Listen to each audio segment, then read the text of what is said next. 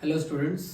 सो अभी हमारे पास एक क्वेश्चन है जेई एडवांस 2024 पेपर 1 का। ये एक कैलकुलस का क्वेश्चन है जिसमें गिवन है कि एफ ऑफ एक्स एक कंटिन्यूसली डिफरेंशिएबल फंक्शन है। कंटिन्यूस भी है और डिफरेंशिएबल भी है। इंटरवल दिया 0 से इन्फिनिटी तक, सच दैट एफ ऑफ 1 की वैल्यू 2 है एंड लिमिट एक लिमिट दिया हुआ उन्होंने, limit t tends to x t raise to 10 f of x minus x raise to 10 into f of t divided by t raise to 9 minus x raise to 9 और इसकी value 1 है।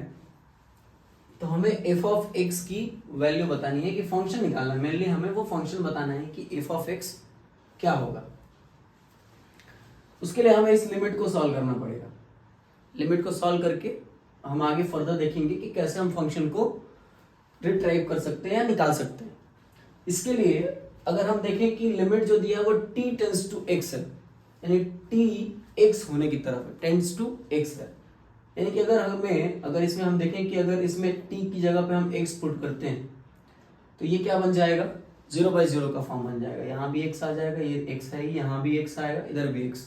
तो ये 0/0 indeterminate form बन रहा है। तो उसके लिए हम क्या करेंगे, एल हॉस्पिटल रूल यूज करेंगे इसमें। और एल हॉस्पिटल रूल यूज करेंगे तो न्यूमरेटर और डिनोमिनेटर को डिफरेंशिएट करेंगे। क्योंकि डिफरेंशिएशन करना है तो कंफ्यूजन ये है कि हम वेरिएबल कौन सा रखेंगे, किसके रिस्पेक्ट में डिफरेंशिएट करेंगे। तो चूंकि लिमिट कौन सा है, किसको कौन टेंस टू एक्स हो रहा है, टी, तो डिफरेंशिएट भी हम किसके रिस्पेक्ट में करेंगे, टी के रिस्पेक्ट में करेंगे। इस न्यूमरेटर और डिनोमिनेटर को दोनों तरफ टी के रिस्पेक्ट में डिफरेंशिएट करेंगे। तो यहां से हम इसको क्या करने वाले हैं, डिफरेंशिएट यूजिंग, डायरेक्ट भी लिख सकते हैं using L'Hospital rule. L'Hospital rule तो हम इसमें करते क्या है, डिफरेंशिएट करते हैं। Differentiate numerator and denominator with respect to T, with respect to T, T के रेस्पेक्ट में डिफरेंशिएट करने वाले हैं। तो अभी टी के रेस्पेक्ट में जब डिफरेंशिएट करेंगे तो क्या बनेगा, तो limit T tends to X है हमारे पास। इधर क्या होगा, ये बन जाएगा 10 t रेज टू 9 और ये f ऑफ x वैसे ही रहेगा, माइनस x रेज टू 10 को एज इट इज रखेंगे और f ऑफ t का डिफरेंशिएशन f डैश t बन जाएगा, divided by t raise to 9 का डिफरेंशिएशन हो गया 9 इंटू t रेज टू 8 और माइनस x रेज टू 9 का डिफरेंशिएशन हो गया 0 और इसकी वैल्यू है 1। ठीक है, अब t टेंस टू x है, अब डायरेक्ट लिमिट हम पुट कर सकते हैं। तो अब t की जगह x रखेंगे तो ये क्या बन जाएगा, ये बन जाएगा 10 into X raise to 9 F of x minus X raise to 10 F dash x upon 9 into X raise to 8 is equals to 1। Cross multiply करते हैं, 10 into X raise to 9 F of x minus X raise to 10 F dash x is equals to 9 into X raise to 8। अच्छा, F of x को y मान लें, अगर F of x को y लिख दें,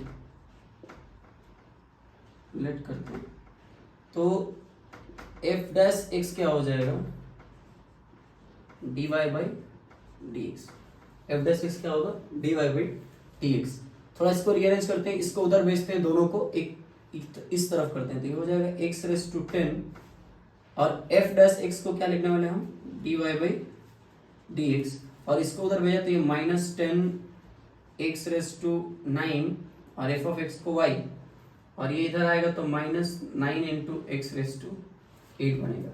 अब x रेज टू 10 से दोनों तरफ डिवाइड कर देते हैं, डिवाइड करते हैं x रेज टू 10 से, तो ये हो जाएगा dy बाई dx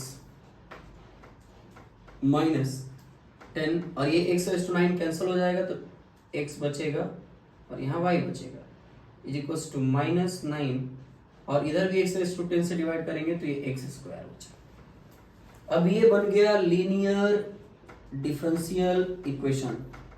ये क्या बन गया, linear differential equation. It is a linear differential equation. अब इस लीनियर डिफरेंशियल इक्वेशन को हम सॉल्व करेंगे और यहां से हम y की वैल्यू यानी कि f ऑफ x की वैल्यू निकाल सकते हैं। यहां से काम इजी है। अब हमें क्या निकालना है, इंटीग्रेटिंग फैक्टर निकालना है, IF। इंटीग्रेटिंग फैक्टर क्या होता है, e raise to integration of p dx। Actually ये p dx होता है। p की वैल्यू क्या है, यहाँ जो y से मल्टीप्लाई में इंक्लूडिंग साइन, तो ये कितना हो जाएगा, e raise to integration of -10/x dx। और ये कितना हो गया, हो गया e raise to -10 log x, e raise to -10 log x। और ये इसकी वैल्यू हो जाएगी x raise to minus, actually -10 x के पावर में जाएगा और e raise to log x की वैल्यू क्या होती है, x होती है। e raise to log x की वैल्यू x होती है, तो वो x रेस टू -10 है, वो हो गया IF की वैल्यू। यहां तक समझ में आया। ये है इंटीग्रेटिंग फैक्टर। और Q क्या है, ये this is Q, this is P और ये क्या है, Q।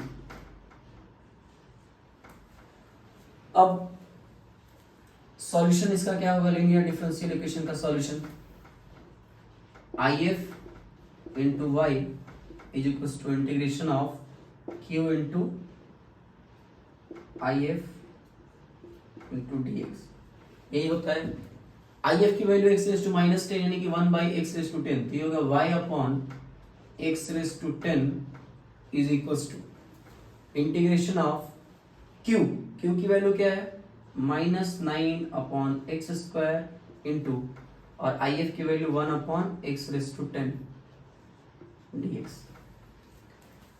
ये हो गया y upon x raise to 10 equals to -9 बाहर लिया, x का नेट पावर हो गया 12, ऊपर गया -12, इंटीग्रेशन करेंगे तो हो जाएगा x रेस टू -12 प्लस 1 यानी -11 अपॉन -11।